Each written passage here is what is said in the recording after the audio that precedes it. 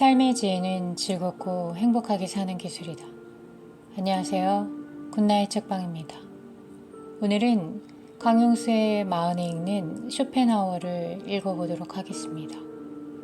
쇼펜하우어는 철학자, 과학자, 심리학자 등 세계의 거장들의 철학자이자 현 시대 우리에게 통찰과 지혜를 전하는 생활 철학자입니다. 그가 말하는 행복은 고통을 줄이고 피하고 견디는 것에 있습니다. 마흔에 읽는 쇼펜하우어는 쇼펜하우어가 남긴 철학적 사유 중에서 마음의 위기를 다스리는 데 도움이 되는 내용 30가지를 담고 있으며 총 5장으로 구성되어 있습니다. 1장 마흔 왜 인생이 괴로운가? 2장 왜 있는 그대로 인정해야 하는가? 3장 무엇으로 내면을 채워야 하는가? 4장 어떤 사람으로 살아야 하는가? 5장 어디에서 행복을 찾아야 하는가? 삶은 전부 의지에 달려있다. 고통 인생에서 가장 고통스러운 일은 무엇일까? 누군가에게는 지독한 가난일 수도 있고 누군가에게는 1분 1초가 아까울 만큼 두려운 죽음일 수도 있다. 염세주의 철학자로 불리는 쇼펜하우어에게 가장 큰 고통은 역설적이게도 삶에 대한 염증만큼 컸던 삶에 대한 애착이었다. 쇼펜하우어는 면도칼로 자신의 목을 벨지도 모른다는 불안감 때문에 이발사에게 면도를 시키지 않았다. 화재가 날까봐 2층 방에서는 잠을 자지 않았으며 목숨을 지키기 위해 탄환을 넣은 권총을 침대 옆에 두고 잤다. 그의 나이 43세가 되던 1831년에는 베를린에 콜레라가 퍼지자 프랑크푸르트로 도망가다시피 했다. 모든 인생은 고통이다. 쇼펜하우어는 인생사가 고통의 연속인 이유를 살아남고자 하는 인간 본성의 욕망 때문이라고 했다. 그는 인간의 본성을 삶에 대한 맹목적인 의지로 보고 영원히 살려는 맹목적인 욕망이 충족되지 않아서 인간이 고통을 피할 수 없다는 점을 밝혔다. 인간 본성의 욕망이 고통만 주는 것은 아니다. 고통과 함께 그 힘든 시간을 견디게 한 힘, 또한 삶에 대한 애착과 맹목적인 열망에서 나온다. 그래서 이런 욕망을 잘 다스릴 때 주체적으로 행복한 삶이 가능하다고 봤다. 쇼펜하우어의 인상은 40대 중반이 넘어서야 풀리기 시작했다. 쇼펜하우어에게 마흔은 견디기 힘든 고통을 인내하면서 넘어야 할 인생의 위기이자 전환점이었다. 그가 40대에 포기했다면 명성도 행복도 누리지 못했을 것이다. 이 세상을 이해하는 데는 풍부한 경험뿐만 아니라 다양한 관점과 시각이 필요하다. 현상을 판단하고 이해하고 자양분으로 만들 수 있는 성숙의 조건이 최소 40년이다. 청춘은 지혜롭지 못하지만 무모한 용기가 있다. 이 질풍노도의 시기에 인생의 쓴맛을 겪고 나면 시선이 넓어지고 깊어진다. 마흔 이후 행복한 삶을 누리고 싶다면 경험과 지식을 쌓고 자기 통찰을 거듭해야 한다. 마음부터 쾌락의 약을 늘려나가기보다는 고통을 줄여나가는 방법이 더 현명해 보인다. 행복하게 산다는 것은 고통을 견딘다는 것이다. 행복. 고통의 힘이 쾌락의 힘보다 더 강하다. 쇼펜하우어에 따르면 모든 쾌락과 행복은 소극적인 성질을 띠는 반면 고통은 적극적인 성질을 띠기 때문이다. 인간은 행복을 잘 모르지만 불행은 잘 인지한다. 그래서 부와 명예를 가졌을 때는 그 가치를 모르다가 그것이 사라지면 비로소 소중함을 깨닫는다. 건강도 마찬가지다. 우리는 건강은 잘 느끼지 못하지만 고통은 잘 알아차린다. 몸에 작은 상처만 나도 그 통증이 신경 쓰여 불쾌해지기 마련이다. 행복은 꿈이지만 고통은 현실이다. 쇼펜하우어의 행복론은 쾌락의 적극적인 추구가 아니라 고통의 감소 또는 결핍의 지향이라는 소극적인 입장이다. 쾌락과 고통은 그 자체로 존재하는 것이 아니라 인간의 생각과 관련된다. 큰 즐거움은 의외로 잘 느껴지지 않는 경우가 있지만 사소한 고통은 늘 의식되면서 기억에 오래 남는다. 모든 일이 잘 진행되더라도 하나의 일이 꼬이면 그것에만 온 신경이 집중되어 다른 일은 잊게 되는 경우도 마찬가지다. 이렇듯 사람은 고통에는 매우 민감하면서도 쾌락에 대해서는 당연하게 여긴다. 행복한 인생을 결정짓는 진정한 가치는 고통을 잘 견뎌내는 인내력에 있다. 세상에서 가장 큰 행복을 누리는 사람은 역설적으로 덜 불행하게 살 수 있는 용기가 있고 고통을 그럭저럭 견뎌내면서 하루하루를 묵묵히 살아가는 사람이다. 어떤 사람이 행복한지 평가하는 기준은 성공, 부, 성취, 출세가 아니라 정신적으로 육체적으로 겪는 고통의 정도다. 따라서 지금 고통이 없다면 지상에서 가장 큰 행복을 누리는 셈이다. 세상에 대해 큰 기대를 하지 않으면 무엇인가 가지려고 질주하지 않으면 괴로운 일을 막을 수 있다. 10가지 행복을 추구하지 말고 한 가지의 고통을 피하도록 해야 한다. 소극적인 행복론의 핵심은 고통의 원인을 최소화하는 것이다. 즉, 쾌락을 적극적으로 추구할 것이 아니라 고통을 줄여나가는 것이 행복을 위한 일이다. 특히 건강에 대해서 병을 예방하는 일이 쾌락을 추구하는 일보다 더 중요한 것은 말할 필요가 없다. 당신의 거리를 유지하라. 관계. 쇼펜하우어는 단 한 명의 친구도 없이 혼자 지냈다. 가족도 없었고 조국도 없었다. 오직 애완견 아트만이 곁에 있었다. 쇼펜하우어는 아트만과 산책하는 일이 일상이었다. 인간은 혼자 있기를 좋아하면서도 타인과 어울리는 것도 즐긴다. 고독과 사교성은 동전의 양면이다. 쇼펜하우어는 스스로 홀로 살 수 있는 힘을 강조했다. 자족하는 삶을 살기 위해서는 타인으로부터 독립할 줄 알아야 된다는 것이다. 하지만 인간은 여러 가지 이유로 타인에 의존하며 인정받고 사랑받고 싶어하는 나약한 존재다. 그러면서도 인간은 고독의 끝에서 다른 사람과 함께하려는 욕망이 있다. 쇼펜하우어는 홀로서기와 함께하는 삶 사이의 갈등을 고슴도치 우화를 통해 풀어낸다. 추운 날씨의 고슴도치들은 얼어 죽지 않으려고 달라붙어 하나가 되지만 그들의 가시가 서로를 찌르는 것을 느껴 떨어진다. 그러나 추위를 견디지 못해 한 덩어리가 됐다가 떨어지기를 반복하다 결국 상대방의 가시를 견딜 수 있는 적당한 거리를 찾는다.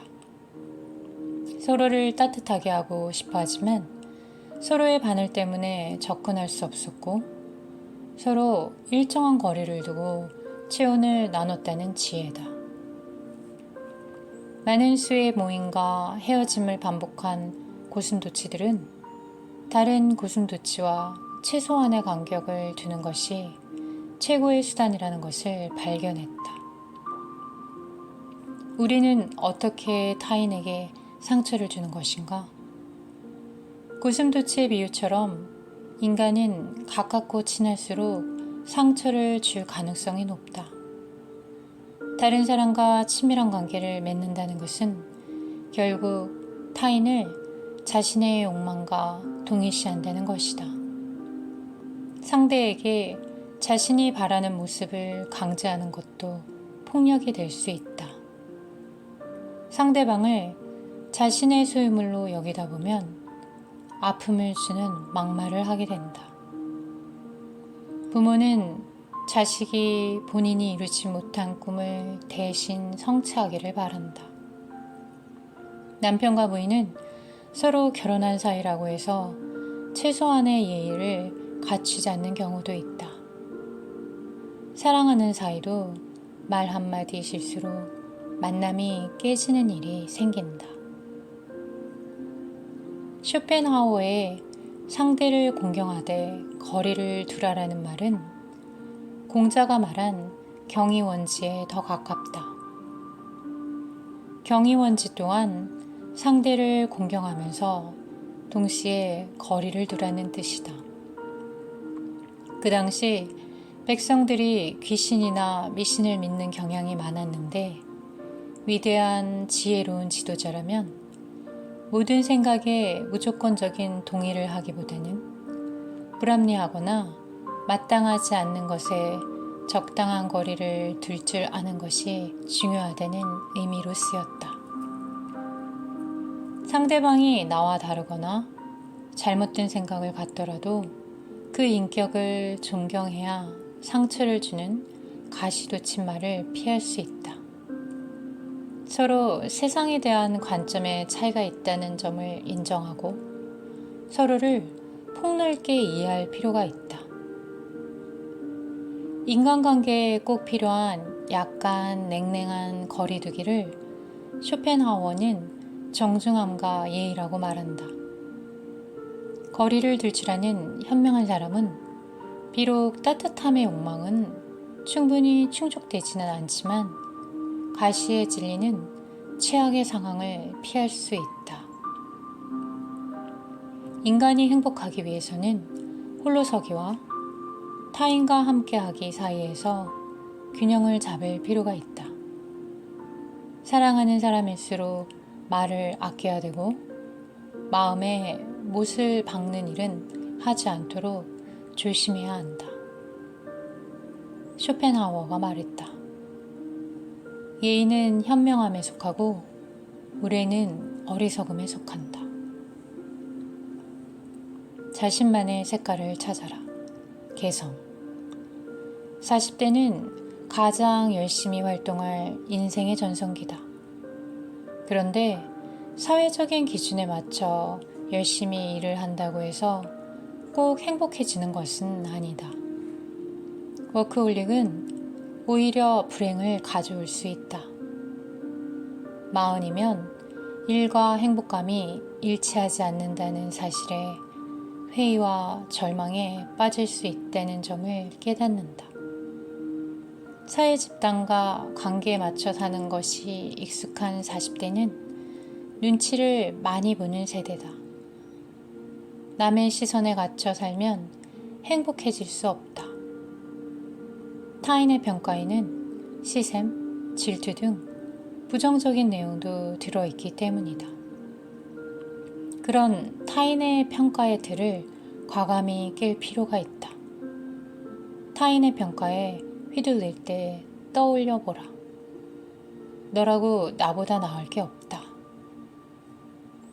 쇼펜하우어에 따르면 인간은 다른 생명처럼 살려는 의지에 살아가는 수동적인 존재이긴 하지만 이 세계에서 개성을 가장 뚜렷하게 나타내는 능동적인 존재다. 각자 개성이 다르기 때문에 인간은 이 세상에서 가장 높은 단계의 존재인 셈이다. 남이 시키는 것 말고 자신이 원하는 것을 할 때 인간은 행복해진다. 남과 다른 자신만의 색깔을 찾는 일. 누구나 가는 길이 아닌 내가 가는 길이 행복에 이르는 길이다. 행복의 길은 천차만별이다. 가장 인간답게 사는 일은 자신만의 욕망을 아는 것이다. 인간 안에는 가장 낮은 어두운 충동인 의지와 가장 높은 밝은 지성이 대립하는데 이 둘을 조화롭게 이끌어가는 지혜를 갖추는 일이 필요하다. 더 나아가 이런 지성을 통해 자신이 진짜 원하는 바를 알게 되며 자신의 참 모습인 개성이 실현될 수 있다. 쇼펜하우어가 강조한 개성은 자신이 원하는 대로 살고 싶은 욕망을 긍정하는 것이다. 누군가가 행복한지 보려면 얼마의 자산을 가졌는지가 아니라 어떤 고통을 잘 견뎌냈는지 봐야 한다. 노년에 가장 후회되는 일, 가장 고통스러운 일은 과거에 내가 원했던 것을 남의 눈치를 보느라 제대로 하지 못한 것이라는 조사 결과가 있다. 그 이유는 나중에 자신이 어떤 사람인지 알게 되기 때문이다. 타인과 비교함으로써 생겨내는 상대적인 박탈감은 행복을 갉아먹는 벌레와 같다. 플라톤은 행복론에서 재산, 외모, 명예, 체력, 언변에서 조금은 부족함을 느끼는 삶이 행복한 삶이라고 말한다. 타인의 객관적인 평가보다 자신의 주관적인 만족감이 더 중요하다는 것이다.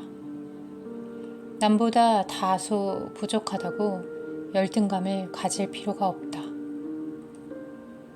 세상에는 늘 잘 알려진 유혹의 길이 있다. 성공, 행복, 명예, 부 등 행복으로 이끌 것으로 확신하는 통로다.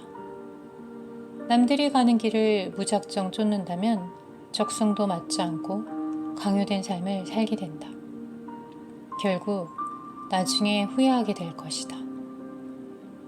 남을 따라서 같음을 추구하는 것은 낮은 단계의 욕망이다. 다름을 추구하는 것은 높은 단계의 욕망이다. 사회의 보편적인 기준에 맞춰 살면 갑갑하고 답답함을 느끼기 마련이다. 비록 크게 성공하지 못하고 큰 부자가 아니더라도 타인의 시선에 맞추지 않고 자기 자신의 흡족한 삶이면 충분하다. 나를 행복으로 이끄는 방법은 나의 욕망이 이끄는 대로 가는 것이다. 개성 있는 삶을 살기 위해 필요한 것은 자신의 욕망을 있는 그대로 긍정하는 태도다. 우선 남들이 전혀 알 수 없는 바, 나 자신이 원하는 바, 할 수 있는 일, 그리고 타고난 재능과 성격을 이해해야 한다. 마흔이면 자신의 적성에 맞는 일을 찾기 위한 시행착오와 자기 성찰의 시간으로 충분해 보인다. 고통의 종량은 변하지 않는다. 죽음. 많은 사람이 삶의 고통에서 벗어나는 방법으로 죽음을 생각하기도 한다. 현실이 살만한 가치가 없다면 죽음을 통해서 구원이나 해방을 꿈꿀 수도 있겠지만 쇼펜하우어는 실패할 것이라고 본다. 죽음을 통해 고통은 줄어들지 않고 오히려 더 늘어나기 때문이다. 특히 자살로 변하는 것은 아무것도 없으며 삶의 고통이 줄어드는 것이 아니라 오히려 주변 사람들에게는 고통이 증가한다. 죽음을 통해 삶의 고통을 완전히 없애려는 시도는 어리석은 짓이다. 자발적 죽음이 40대 만의 일은 아니다. 세상이 힘들수록, 각박할수록 죽음으로 세상의 고통에서 벗어나려는 사람들이 늘어난다. 그러나 죽음 이후의 세계에는 아무것도 없으며 종교를 통해 그런 현실의 고통을 제거하는 것은 어렵다. 세상의 고통을 인정하고 그것을 잘 견뎌낼 수 있는 힘을 키우는 것이 중요하다. 불교의 깨달음에 일체계고가 있다. 인도 철학의 영향을 많이 받은 쇼펜하워가 제시한 고통에 대한 해법은 해탈이 아니라 태어나지 않았더라면 하는 생각을 지니면서 견디는 것이다. 여기까지입니다. 스티브 잡스는 매일 아침 거울을 보고 만일 오늘의 인생이 마지막 날이라면 오늘 하려던 일을 할 것인가? 라는 질문을 던져서 만약 노라는 생각이 떠오르면 그 일을 하지 않았다고 합니다. 당신은 행복한 삶을 위해 얼마나 고통을 줄이고 피하고 견디고 있나요?